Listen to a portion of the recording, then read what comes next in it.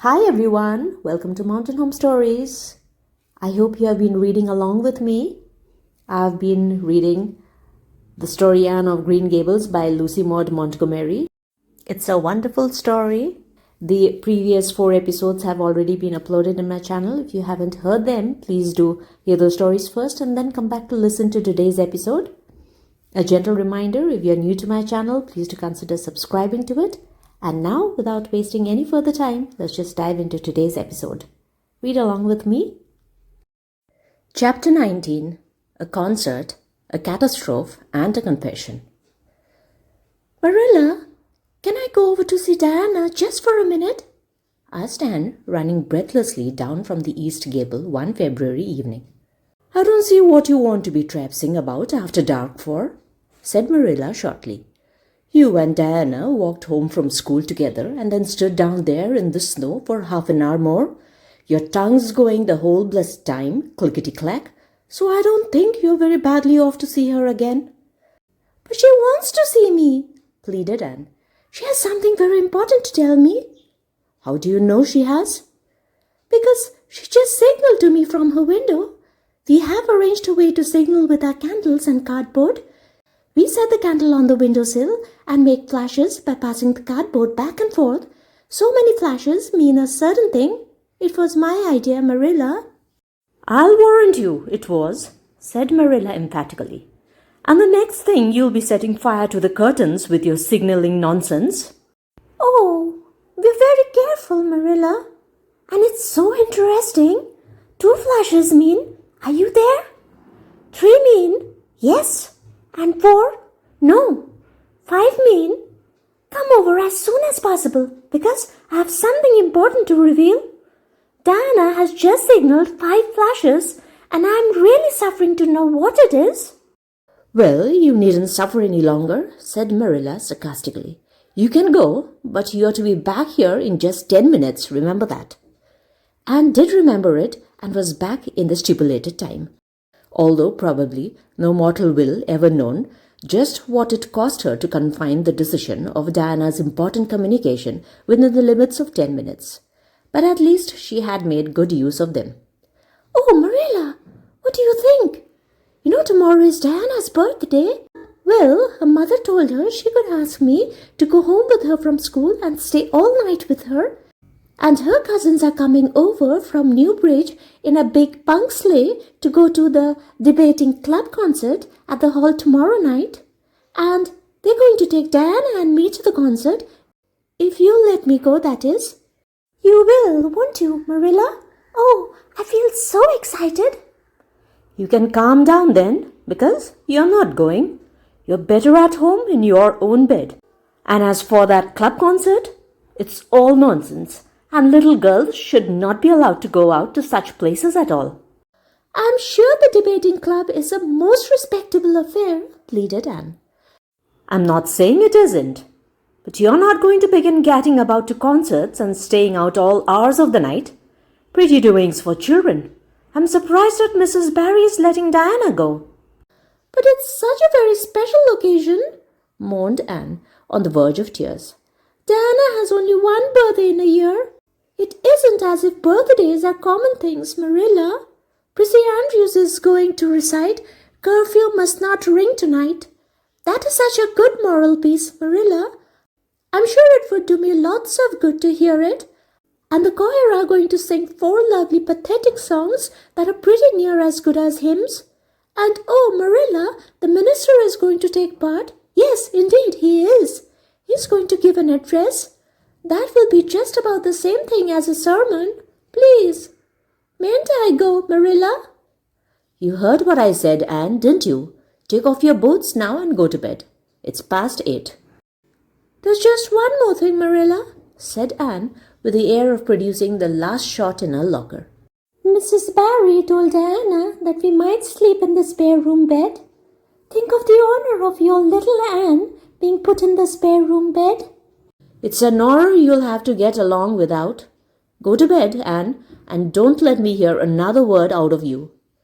When Anne, with tears rolling over her cheeks, had gone sorrowfully upstairs, Matthew, who had been apparently sound asleep on the lounge, during the whole dialogue, opened his eyes and said decidedly, "Well now, Marilla, I think you ought to let Anne go." "I don't then," retorted Marilla. "Who's bringing this child up, Matthew? You or me?" "Well now, you," admitted Matthew. "Don't interfere then." "Well now, I ain't interfering. It ain't interfering to have your own opinion, and my opinion is that you ought to let Anne go." "You'd think I ought to let Anne go to the moon if she took the notion, I've no doubt," was Marilla's amiable rejoinder. "I might have let her spend the night with Diana if that was all. But I don't approve of this concert plan. She'd go there and catch cold like as not, And have her head filled up with nonsense and excitement. It would unsettle her for a week. I understand the child's disposition and what's good for it better than you, Matthew." "I think you ought to let Anne go," repeated Matthew firmly. Argument was not his strong point, but holding fast to his opinion certainly was. Marilla gave a gasp of helplessness and took refuge in silence. The next morning, when Anne was washing the breakfast dishes in the pantry, Matthew paused on his way out to the barn to say to Marilla again, "I think you ought to let Anne go, Marilla." For a moment, Marilla looked things out lawfully to be uttered. Then she yielded to the inevitable and said tartly, "Very well, she can go, since nothing else will please you." Anne flew out of the pantry, dripping dishcloth in hand. "Oh, Marilla, Marilla, say those blessed words again." "I guess once is enough to say them. This is Matthew's doing, and I wash my hands of it. If you catch pneumonia sleeping in a strange bed or coming out of that hot hall in the middle of the night, don't blame me, blame Matthew." "Anne Shirley, you're dripping greasy water all over the floor. I never saw such a careless child." "Oh, I know I'm a great trial to you, Marilla," said Anne repentantly. "I make so many mistakes, but then just think of all the mistakes I don't make, although I might. I'll get some sand and scrub up the spots before I go to school. Oh, Marilla, my heart was just set on going to that concert. I never was to a concert in my life, and when the other girls talk about them in school, I feel so out of it. You didn't know just how I felt about it. But you see, Matthew did. Matthew understands me, and it's so nice to be understood, Marilla." Anne was too excited to do herself justice as to listen that morning to school. Gilbert Blythe spelled her down in class and left her clear out of sight in mental arithmetic. Anne's consequent humiliation was less than it might have been, however, in view of the concert and the spare room bed. She and Diana talked so constantly about it all day that with a stricter teacher than Mr. Phillips, dire disgrace must inevitably have been their portion. Anne felt that she could not have borne it if she had not been going to the concert, for nothing else was discussed that day in school. The Avonlea Debating Club, which met fortnightly all winter, had had several smaller free entertainments, but this was to be a big affair, admission 10 cents, in aid of the library. The Avonlea young people had been practicing for weeks, and all the scholars were especially interested in it by reason of older brothers and sisters who were going to take part. Everybody in school over 9 years of age expected to go, except Carrie Sloane, whose father shared Marilla's opinions about small girls going out to night concerts. Carrie Sloane cried into her grammar all the afternoon and felt that life was not worth living. For Anne, the real excitement began with the dismissal of school and increased therefrom in crescendo until it reached to a crash of positive ecstasy in the concert itself. They had a perfectly elegant tea, and then came the delicious occupation of dressing in Diana's little room upstairs. Diana did Anne's front hair in the new pompadour style, and Anne tied Diana's bows with the especial knack she possessed, and they experimented with at least half a dozen different ways of arranging their back hair. At last they were ready, cheeks scarlet and eyes glowing with excitement. True, Anne could not help a little pang when she contrasted her plain black tam and shapeless, tight-sleeved, homemade grey cloth coat with Diana's jaunty fur cap and smart little jacket. But she remembered in time that she had an imagination and could use it. Then Diana's cousins, the Murrays from Newbridge, came. They all crowded into the big pung sleigh among straw and furry robes, and revelled in the drive to the hall, slipping along over the satin-smooth roads with the snow crisping under the runners. There was a magnificent sunset, and the snowy hills and deep blue water of the St. Lawrence Gulf seemed to rim in the splendor like a huge bowl of pearl and sapphire brimmed with wine and fire. Tinkles of sleigh bells and distant laughter that seemed like the mirth of wood elves came from every quarter. "Oh, Diana!" breathed Anne, squeezing Diana's mittened hand under the fur robe. "Isn't it all like a beautiful dream? Do I really look the same as usual? I feel so different that it seems to me it must show in my looks." "You look awfully nice," said Diana, who, having just received a compliment from one of her cousins, felt that she ought to pass it on. "You have got the loveliest color."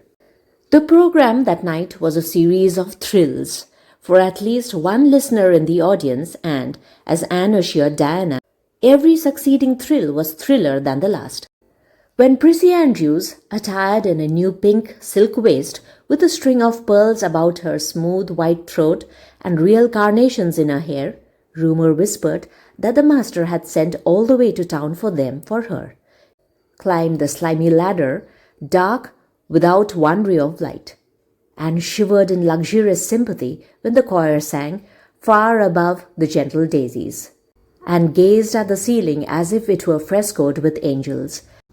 When Sam Sloane proceeded to explain and illustrate how Sockery set a hen, and laughed until people sitting near her laughed too, more out of sympathy with her than with amusement at a selection that was rather threadbare even in Avonlea.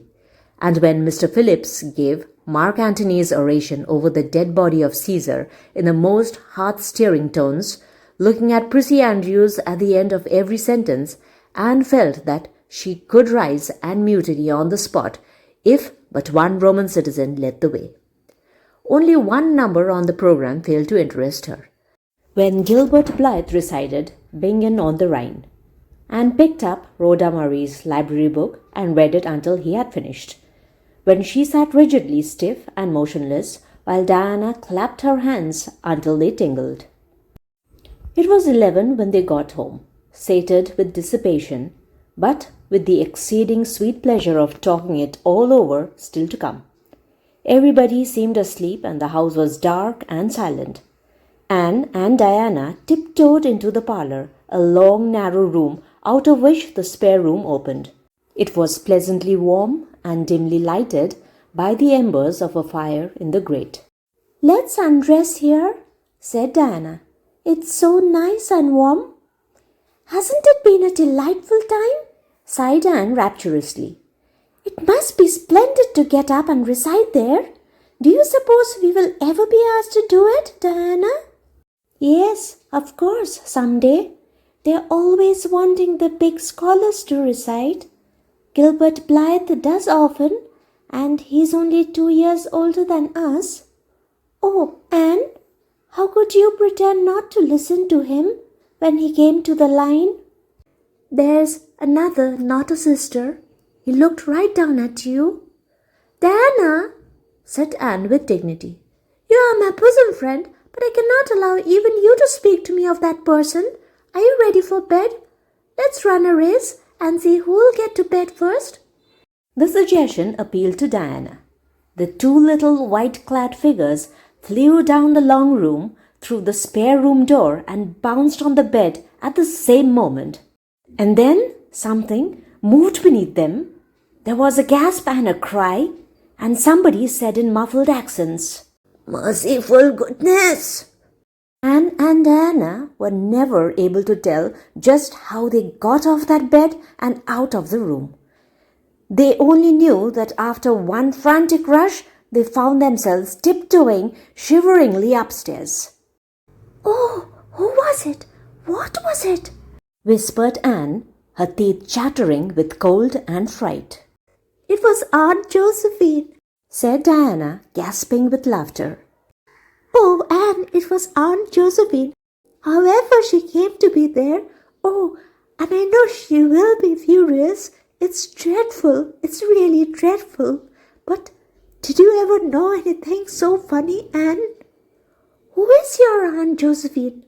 She's father's aunt and she lives in Charlottetown. She's awfully old, 70 anyhow, and I don't believe she was ever a little girl. We were expecting her out for a visit, but not so soon.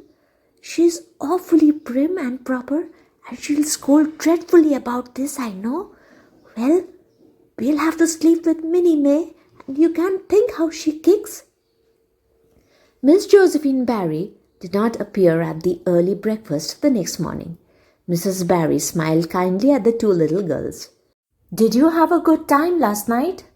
I tried to stay awake until you came home, for I wanted to tell you Aunt Josephine had come and that you would have to go upstairs after all. But I was so tired I fell asleep. I hope you didn't disturb your Aunt Diana? Diana preserved a discreet silence, but she and Anne exchanged furtive smiles of guilty amusement across the table. Anne hurried home after breakfast and so remained in blissful ignorance of the disturbance which presently resulted in Barry household until the late afternoon, when she went down to Mrs. Lynde's on an errand for Marilla. So you and Diana nearly frightened poor old Miss Barry to death last night? Said Mrs. Lynde severely, but with a twinkle in her eye. Mrs. Barry was here a few minutes ago, on her way to Carmody. She's feeling real worried over it. Old Miss Barry was in a terrible temper when she got up this morning, and Josephine Barry's temper is no joke. I can tell you that. She wouldn't speak to Diana at all. It wasn't Diana's fault, said Anne contritely. It was mine. I suggested racing to see who would get into bed first. I knew it, said Mrs. Lynde, with the exultation of a correct guesser. I knew that idea came out of your head. Well, it's made a nice lot of trouble, that's what. Old Miss Barry came out to stay for a month, but she declares she won't stay another day and is going right back to town tomorrow, Sunday and all as it is. She'd have gone today if they could have taken her. She had promised to pay for a quarter's music lesson for Diana, but now she is determined to do nothing at all for such a tomboy. Oh, I guess they had a lively time of it there this morning. The Barrys must feel cut up. Old Miss Barry is rich, and they'd like to keep on the good side of her. Of course, Mrs. Barry didn't say just that to me, but I'm a pretty good judge of human nature, that's what. I'm such an unlucky girl, moaned Anne. I'm always getting into scraps myself and getting my best friends, people I'd shed my heart's blood for, into them too. Can you tell me why it is so, Mrs. Lynde? It's because you are too heedless and impulsive, child, that's what. You never stop to think. Whatever comes into your head to say or do, you say or do it without a moment's reflection. Oh, but that's the best of it, protested Anne. Something just flashes into my mind, so exciting, and you must out with it. If you stop to think it over, you spoil it all. Haven't you never felt that yourself, Mrs. Lynde? No, Mrs. Lynde had not. She shook her head sagely. You must learn to think a little, and that's what. The proverb you need to go by is, look before you leap, especially into spare room beds. Mrs. Lynde laughed comfortably over her mild joke, but Anne remained pensive. She saw nothing to laugh at in the situation, which to her eyes appeared very serious. When she left Mrs. Lynde's, she took her way across the crusted fields to Orchard Slope. Diana met her at the kitchen door. Your Aunt Josephine was very cross about it, wasn't she? Whispered Anne. Yes, answered Diana, stifling a giggle with an apprehensive glance over her shoulder at the closed sitting-room door. She was fairly dancing with rage, Anne. Oh, how she scolded! She said I was the worst behaved girl she ever saw, and that my parents ought to be ashamed of the way they had brought me up. She says she won't stay, and I'm sure I don't care, but father and mother do. Why didn't you tell them it was my fault? demanded Anne. It's likely I'd do such a thing, isn't it? Said Diana with just scorn. I'm no telltale, Anne Shirley, and anyhow, I was just as much to blame as you. Well, I'm going in to tell her myself, said Anne resolutely. Diana stared. Anne Shirley, you'd never. Why, she'll eat you alive. Don't frighten me any more than I am frightened, implored Anne. I'd rather walk up to a cannon's mouth, but I've got to do it, Diana. It was my fault, and I've got to confess. I've had practice in confessing, fortunately. Well, she is in the room, said Diana. You can go in if you want to. I wouldn't dare, and I don't believe you'll do a bit of good. With this encouragement, Diana bearded the lion in its den. This is to say, walked resolutely up to the sitting room door and knocked faintly. A sharp, "Come in," followed.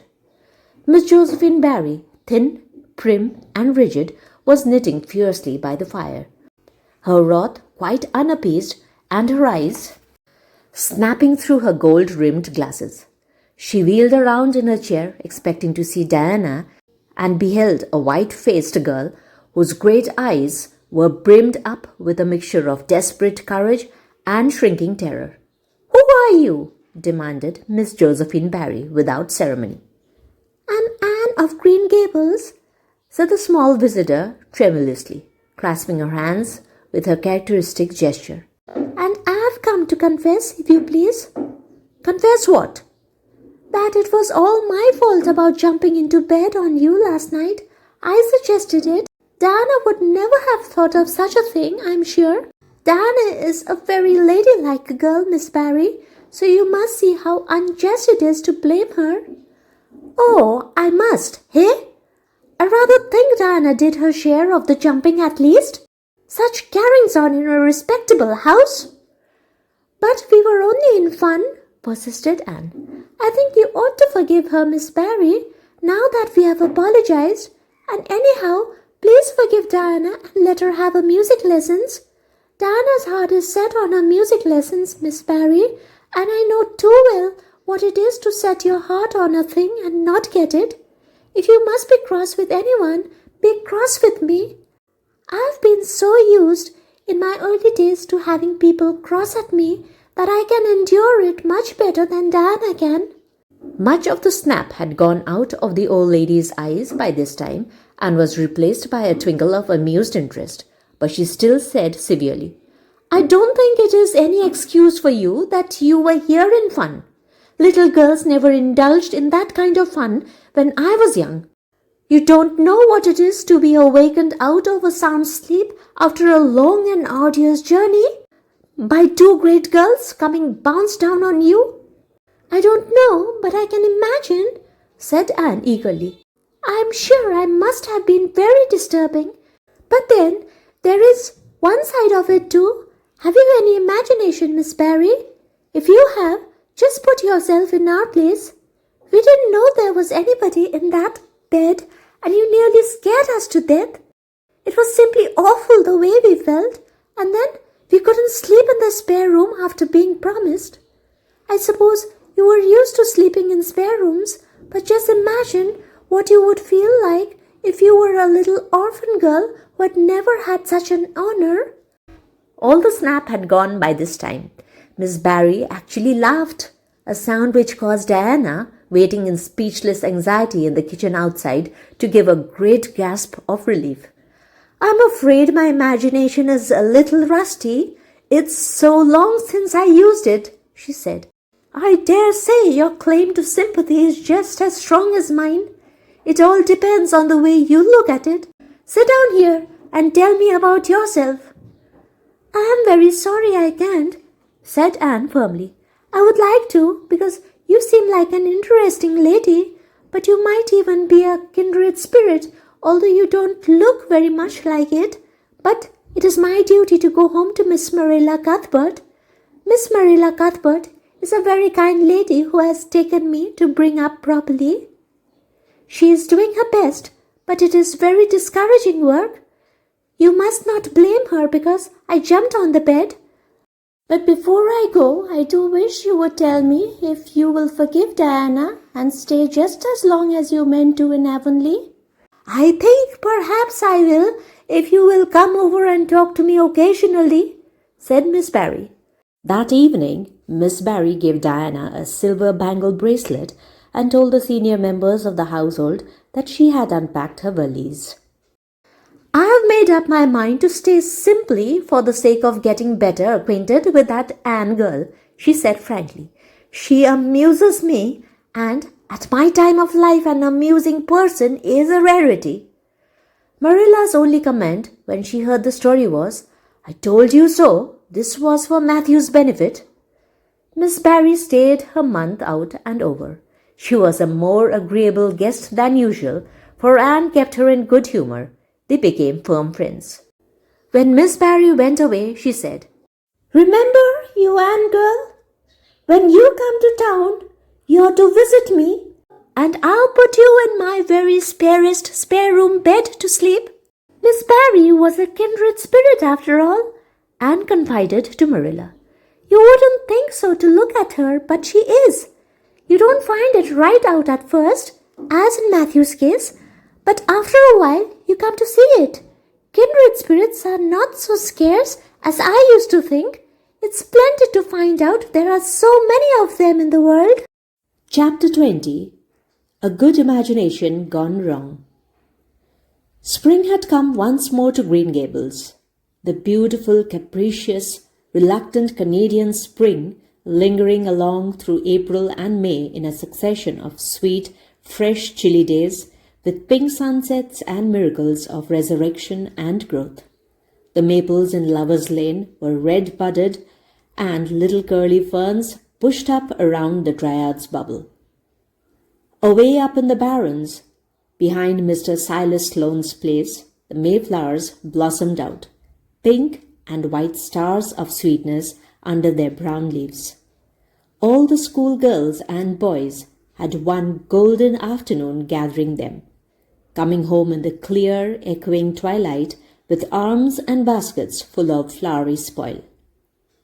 I'm so sorry for people who live in lands where there are no mayflowers, said Anne.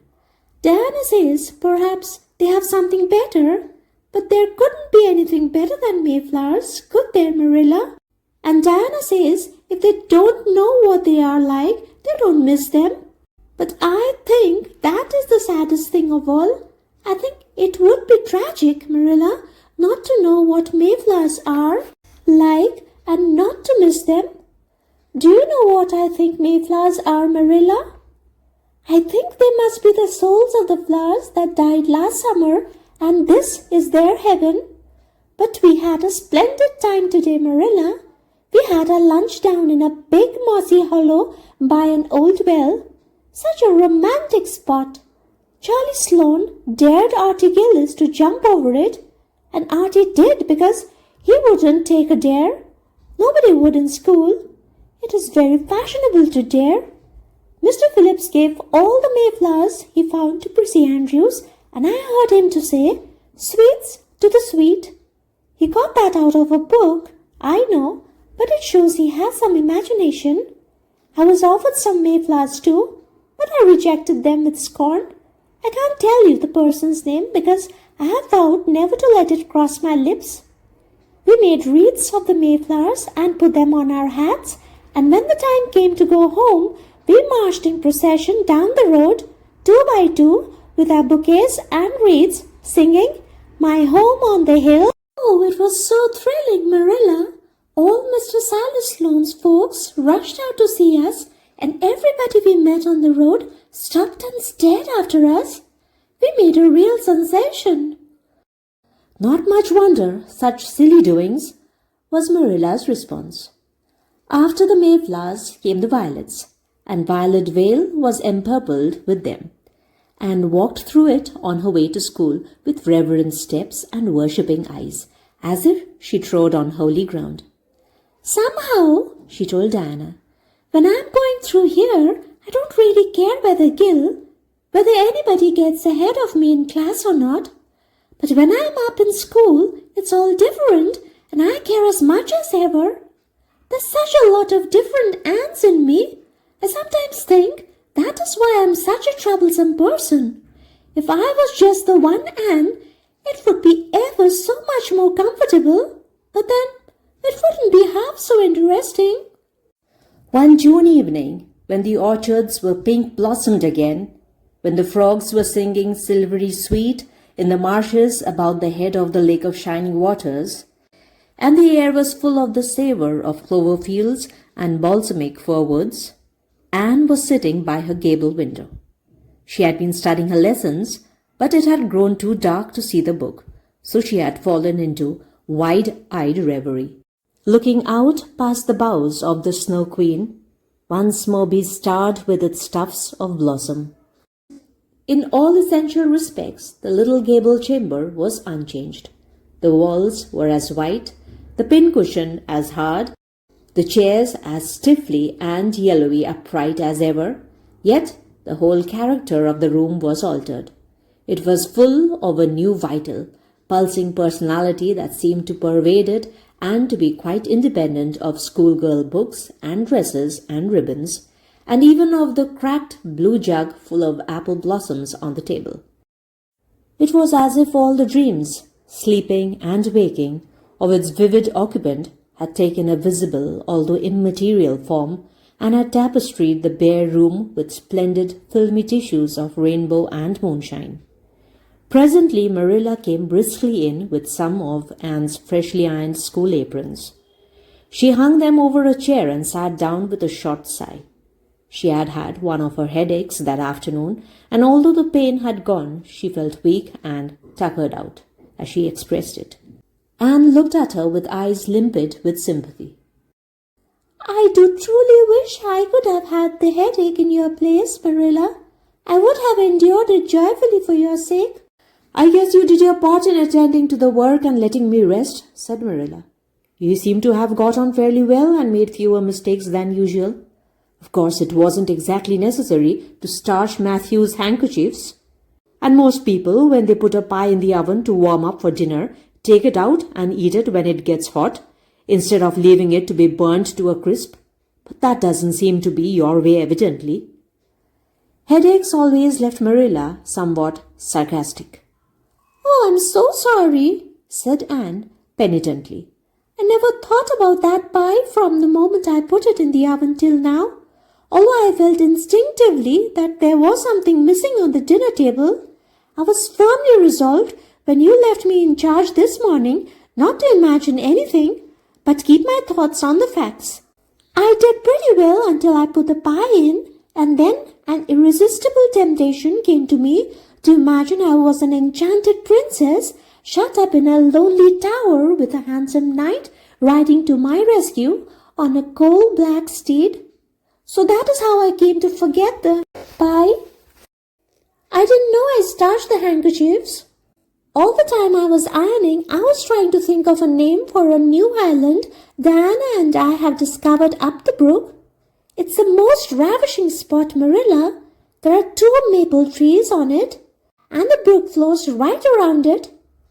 At last it struck me that it would be splendid to call it Victoria Island, because we found it on the Queen's birthday.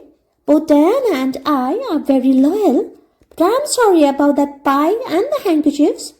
I wanted to be extra good today because it's an anniversary. Do you remember what happened this day last year, Marilla? No, I can't think of anything special. Oh, Marilla, it was the day I came to Green Gables. I shall never forget it. It was the turning point in my life. Of course, it wouldn't seem so important to you. I've been here for a year, and I've been so happy. Of course, I've had my troubles, but one can live down troubles. Are you sorry you kept me, Marilla? No, I can't say I'm sorry, said Marilla, who sometimes wondered how she could have lived before Anne came to Green Gables. No, not exactly sorry. If you have finished your lessons, Anne, I want you to run over and ask Mrs. Barry if she'll lend me Diana's apron pattern. Oh, it's too dark, cried Anne. Too dark? Why, it's only twilight, and goodness knows you've gone over often enough after dark. I'll go over early in the morning, said Anne eagerly. I'll get up at sunrise and go over, Marilla. What has got into your head now, Anne Shirley? I want that pattern to cut out your new apron this evening. Go at once and be smart too. I'll have to go around by the road then, said Anne, taking up her hat reluctantly. Go by the road and waste half an hour? I'd like to catch you. I can't go through the haunted wood, Marilla, cried Anne desperately. Marilla stared. The haunted wood? Are you crazy? What under the canopy is the haunted wood? The spruce wood under the brook, said Anne in a whisper. Fiddlesticks! There is no such thing as a haunted wood anywhere. Who has been telling you such stuff? Nobody, confessed Anne. Diana and I just imagined that wood was haunted. All the places around here are so commonplace. We just got this up for our own amusement. We began it in April. A haunted wood is so very romantic, Marilla. We chose the spruce grove because it's so gloomy. Oh, we have imagined the most harrowing things. There's a white lady who walks along the brook just about this time of the night and wrings her hands and utters wailing cries. She appears when there is to be death in the family, and the ghost of a little murdered child haunts the corner up by Idlewild. It creeps up behind you and lays its cold fingers on your hand. So, oh Marilla, it gives me a shudder to think of it. And there's a headless man stalks up and down the path, and skeletons glower at you between the boughs. Oh Marilla, I wouldn't go through the haunted wood after dark now for anything. I'd be sure that white things would reach out from behind the trees and grab me. Did ever anyone hear the like? Ejaculated Marilla, who had listened in dumb amazement. Anne Shirley, do you mean to tell me you believe all that wicked nonsense of your own imagination? Not believe exactly, faltered Anne. At least, I don't believe it in daylight, but after dark, Marilla, it's different. That is when ghosts walk. There are no such things as ghosts, Anne. Oh, but there are, Marilla, cried Anne eagerly. I know people who have seen them, and they are respectable people. Charlie Sloane says that his grandmother saw his grandfather driving home the cows one night after he had been buried for a year. You know Charlie Sloane's grandmother wouldn't tell a story for anything. She is a very religious woman.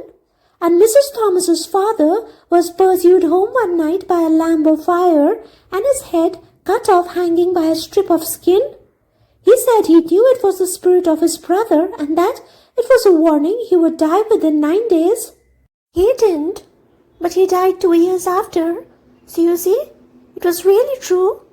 And Ruby Gillis says... Anne Shirley, interrupted Marilla firmly, I never want to hear you talking in this fashion again. I've had my doubts about that imagination of yours right along, and if this is going to be the outcome of it, I won't countenance any such doings. You'll go right over to Barry's and you'll go through the spruce grove, just for a lesson and a warning to you, and never let me hear a word out of your head about haunted woods again. Anne might plead and cry as she liked, and did, for her terror was very real. Her imagination had run away with her, and she held the spruce grove in mortal dread after nightfall. But Marilla was inexorable.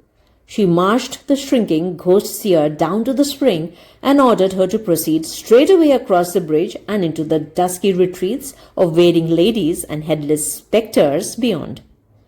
Oh, Marilla, how can you be so cruel? Sobbed Anne. What would you feel like if a white thing did snatch me up and carry me off? I'll risk it, said Marilla unfeelingly. You know I always mean what I say. I'll cure you of imagining ghosts into places. March now. Anne marched. That is, she stumbled over the bridge and went shuddering up the horrible dim path beyond, and never forgot that walk. Bitterly did she repent the license she had given to her imagination. The goblins of her fancy lurked in every shadow about her, reaching out their cold, fleshless hands to grasp the terrified small girl who had called them into being.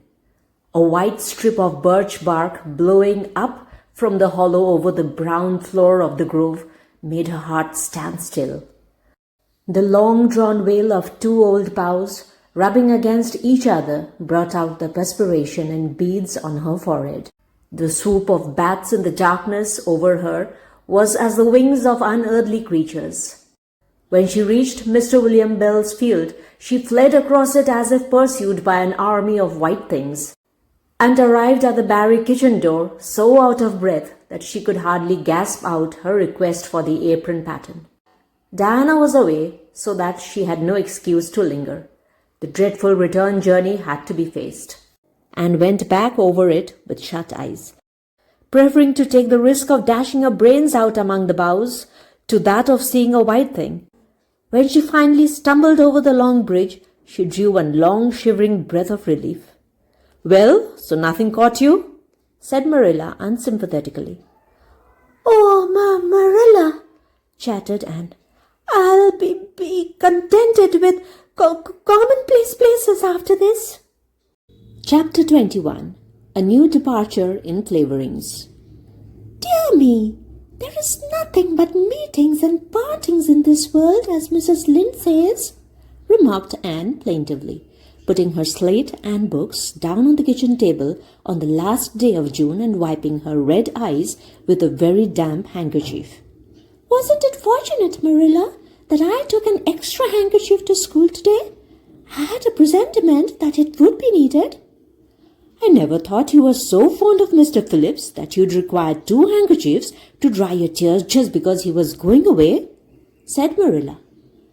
"I don't think I was crying because I was really so very fond of him," reflected Anne. "I just cried because all the others did. It was Ruby Gillis started it.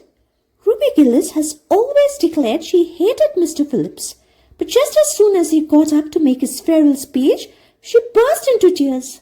Then all the girls began to cry, one after the other. I tried to hold out, Marilla.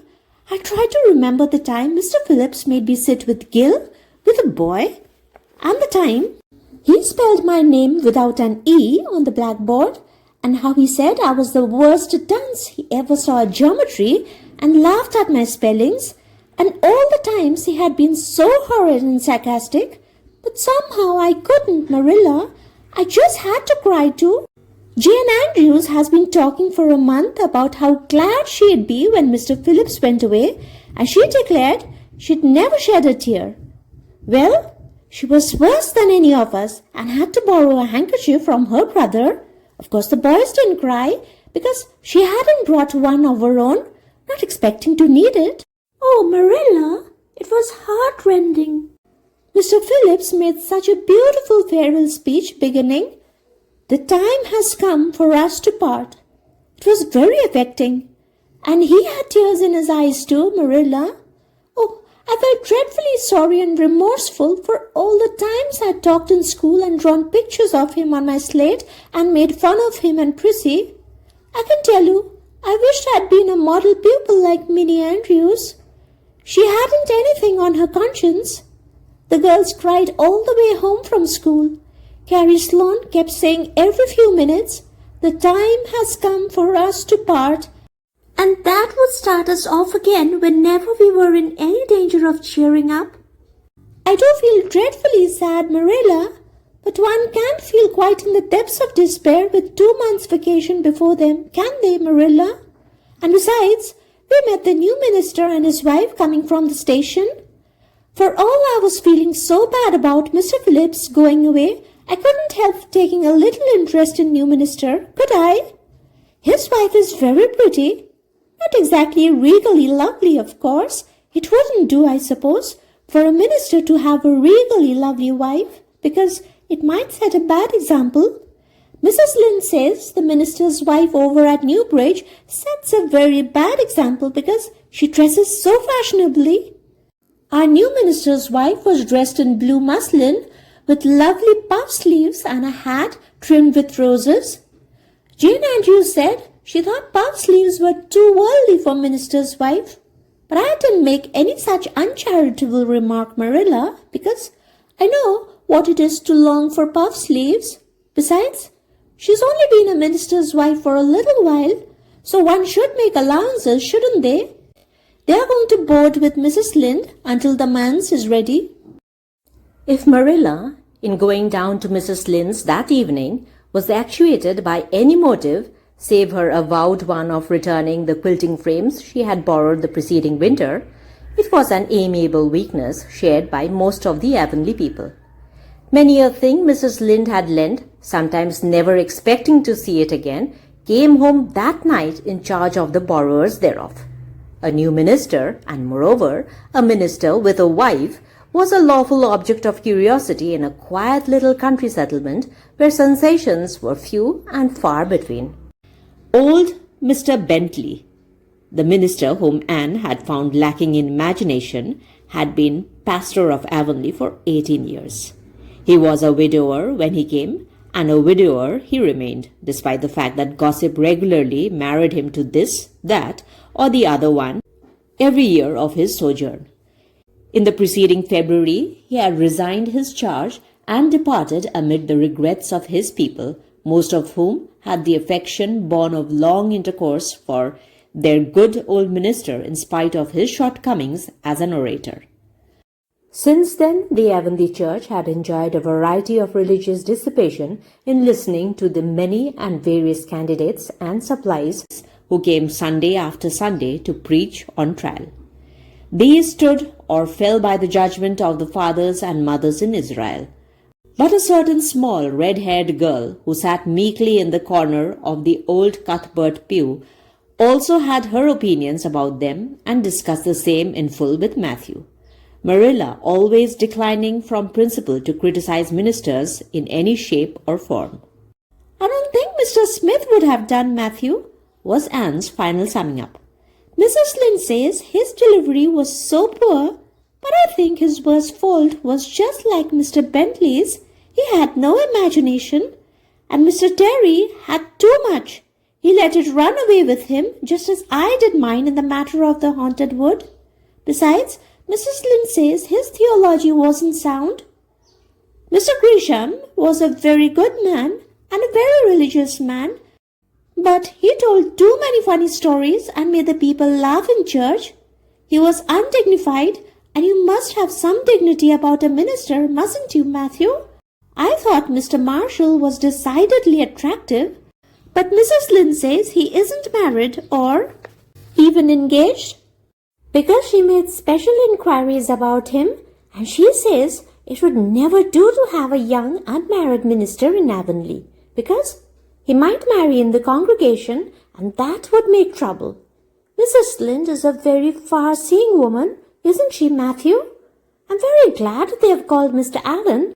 I liked him because his sermon was interesting, and he prayed as if he meant it, and not just as if he did it because he was in the habit of it. Mrs. Lynde says he isn't perfect, but she says she supposes we couldn't expect a perfect minister for $750 a year.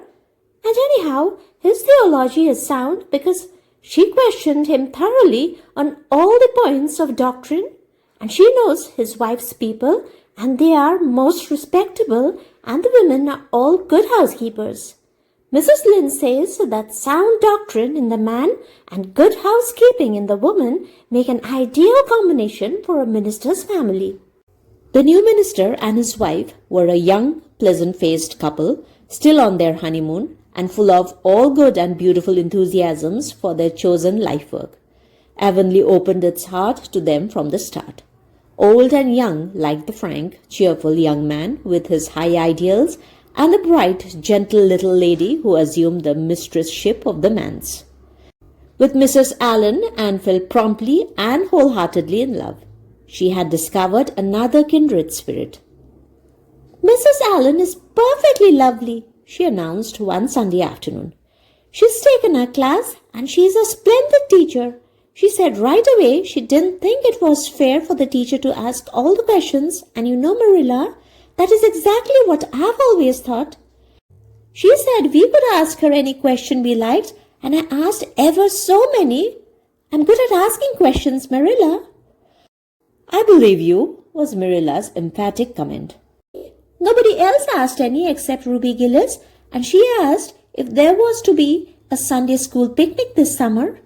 I didn't think it was a very proper question to ask because it hadn't any connection with the lesson. The lesson was about Daniel in the lion's den, but Mrs. Allen just smiled and said she thought there would be. Mrs. Allen has a lovely smile.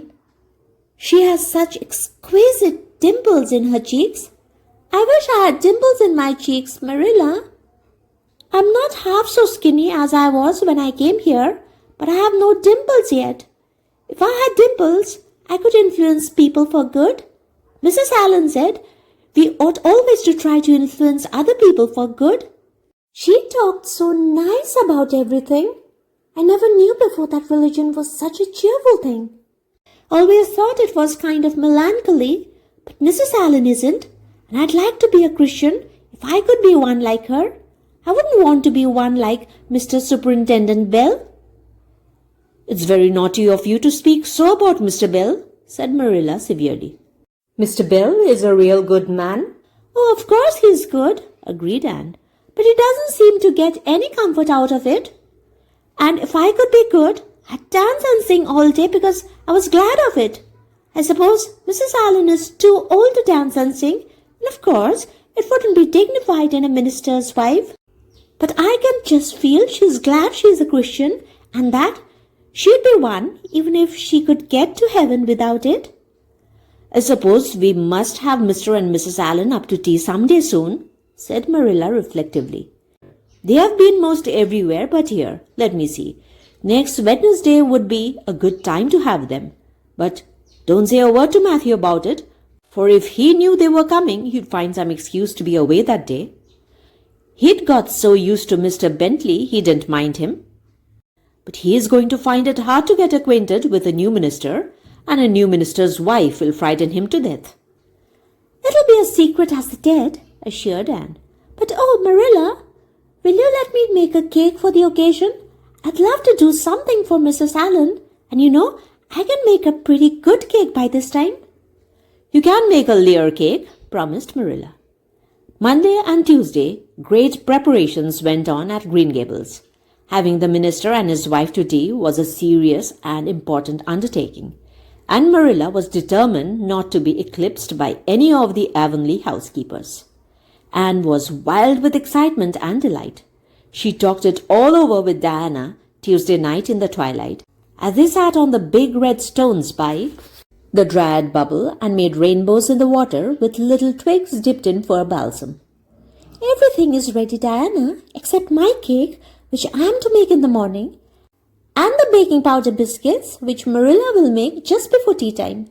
I assure you, Diana, that Marilla and I have had a busy 2 days of it.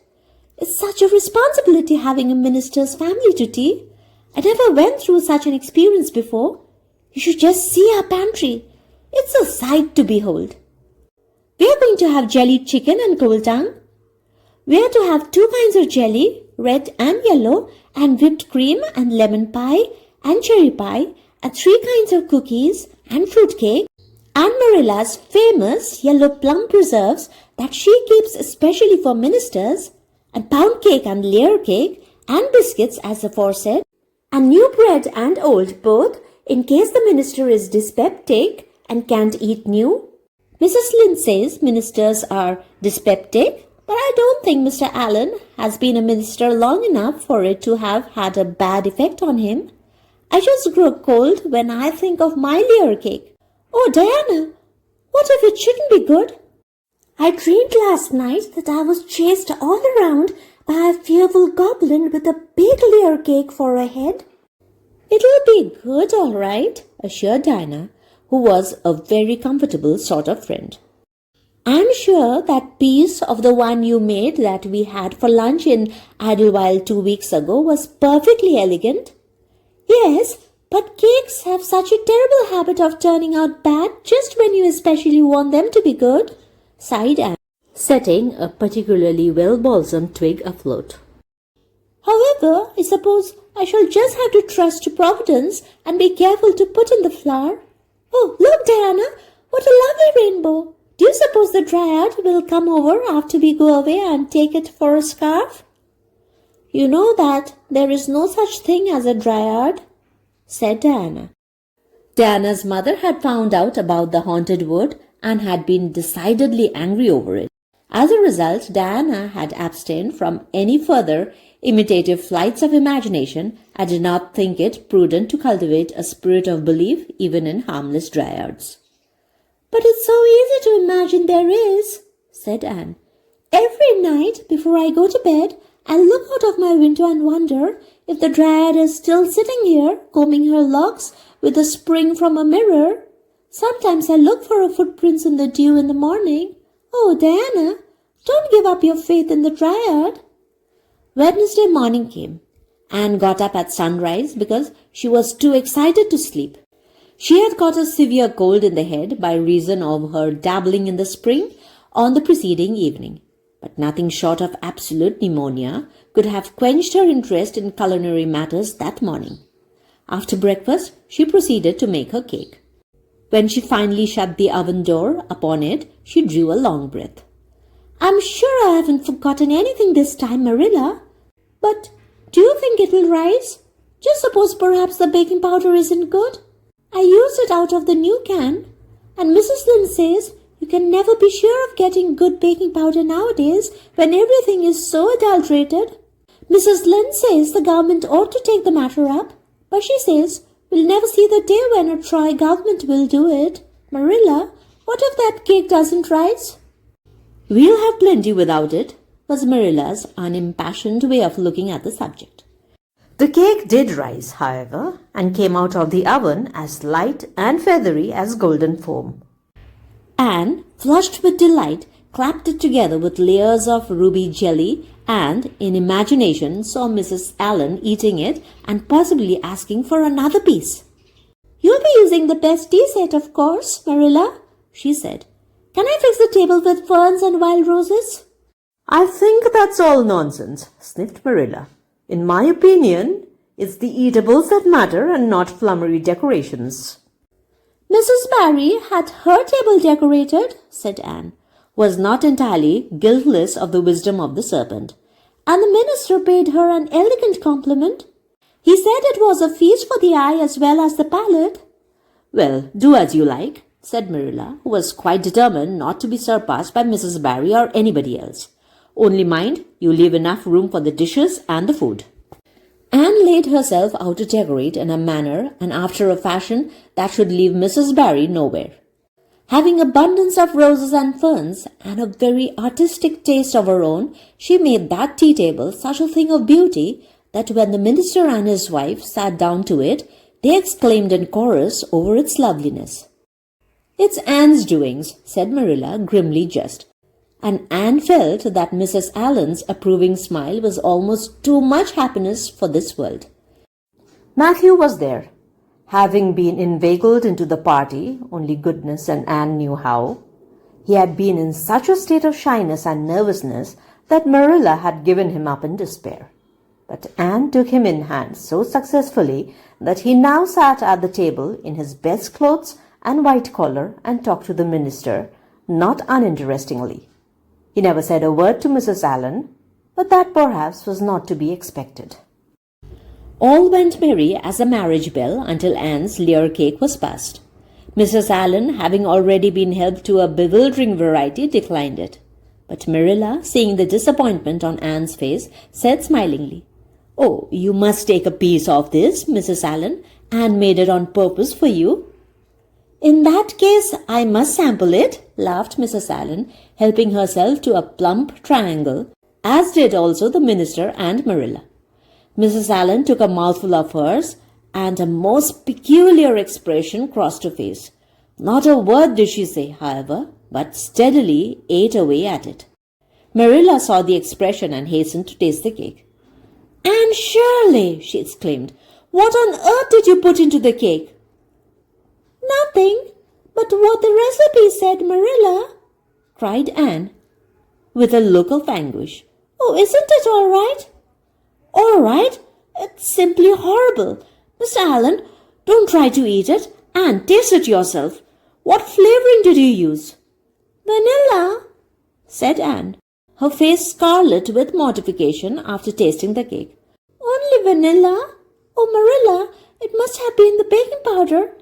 I had my suspicions of that Baking powder? Fiddlesticks! Go and bring me the bottle of vanilla you used. Anne fled to the pantry and returned with a small bottle partially filled with a brown liquid and labelled yellowly, Best Vanilla. Marilla looked at it, uncorked it, smelled it. Mercy on us, Anne. You flavored that cake with anodyne liniment. I broke the liniment bottle last week and poured what was left into an old empty vanilla bottle. I suppose it's partly my fault. I should have warned you, but for pity's sake, why couldn't you have smelled it? Anne dissolved into tears under this double disgrace. I couldn't. I had such a cold. And with this, she fairly fled to the gable chamber, where she cast herself on the bed and wept as one who refuses to be comforted. Presently a light step sounded on the stairs and somebody entered the room. "Oh, Marilla," sobbed Anne without looking up. "I'm disgraced forever. I shall never be able to live this down. It will get out. Things always do get out in Avonlea. Diana will ask me how my cake turned out, and I shall have to tell her the truth. I shall always be pointed at as the girl who flavored a cake with anodyne liniment. Gil, the boys in school will never get over laughing at it."